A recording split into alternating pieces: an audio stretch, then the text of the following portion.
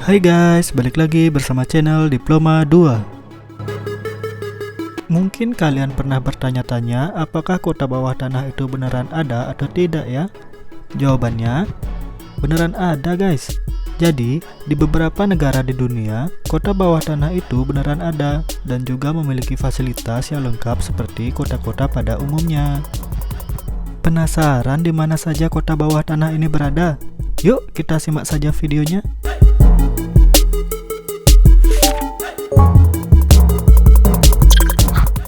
Kota bawah tanah ini ditemukan pada tahun 1963 di kota Kapadosia yang terletak di Turki Tengah.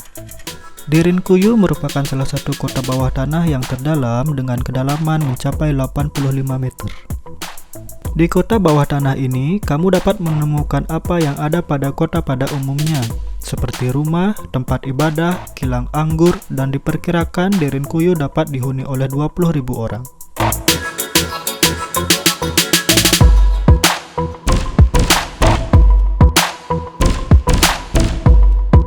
Derinkuyu dibuka untuk umum pada tahun 1965 dan hanya 10% dari bagian kota bawah tanah ini yang dapat diakses oleh pengunjung.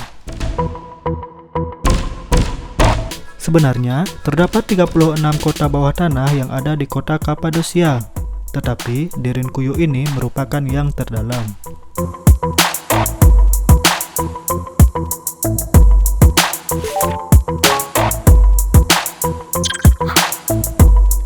Kota bawah tanah ini terletak di barat daya Pasifik yang masuk ke dalam wilayah Amerika Serikat. Berdasarkan legendanya, Shanghai Tunnels digunakan sebagai jalan untuk menyalurkan barang-barang dan juga digunakan sebagai tempat untuk melancarkan proses penjualan manusia atau trafficking. Shanghai Tunnels hanya bisa dimasuki oleh kalangan tertentu untuk menikmati segala dosa dunia seperti perjudian, minuman keras, dan seks. Saat ini Shanghai Tunnel sudah dinyatakan bersih dari kegiatan ilegal di Amerika Serikat. Sayangnya, banyak dari ruang bawah tanah ini telah tertutup semenjak adanya proyek pekerjaan umum. Tapi, beberapa di antaranya masih terbuka dan bisa dijelajahi.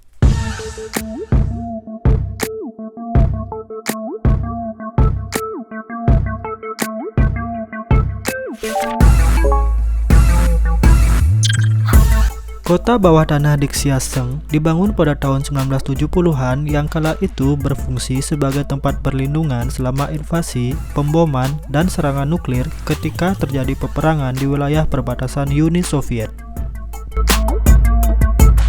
Pembangunan kota bawah tanah ini digagas oleh Mao Zedong.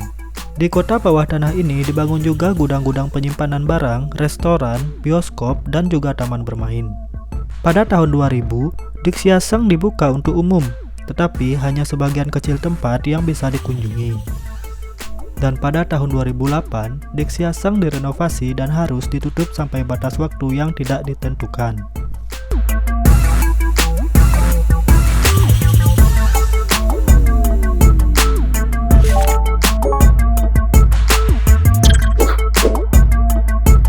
Di Kanada juga terdapat kota bawah tanah yang bernama Moss Jaw. Terbentuknya kota ini bermula saat pemerintahan Kanada memberlakukan pajak kepada imigran Tiongkok pada abad ke-20. Karena tidak mampu membayar pajak dan merasa takut, imigran Tionghoa ilegal kemudian terpaksa tinggal di bawah tanah. Tidak hanya imigran Tionghoa saja yang tinggal di kota bawah tanah ini, melainkan para penduduk kota yang ingin bersembunyi dari aturan hukum juga tinggal di sini. Mereka berpesta minuman keras, berjudi, dan bahkan prostitusi.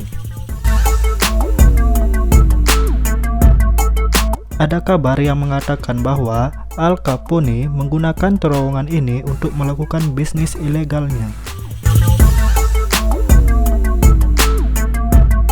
Buat kalian yang belum tahu siapa itu Al Capone, Al Capone adalah seorang gangster dan salah satu pendiri dan pemimpin sindikat kriminal yang sangat terkenal.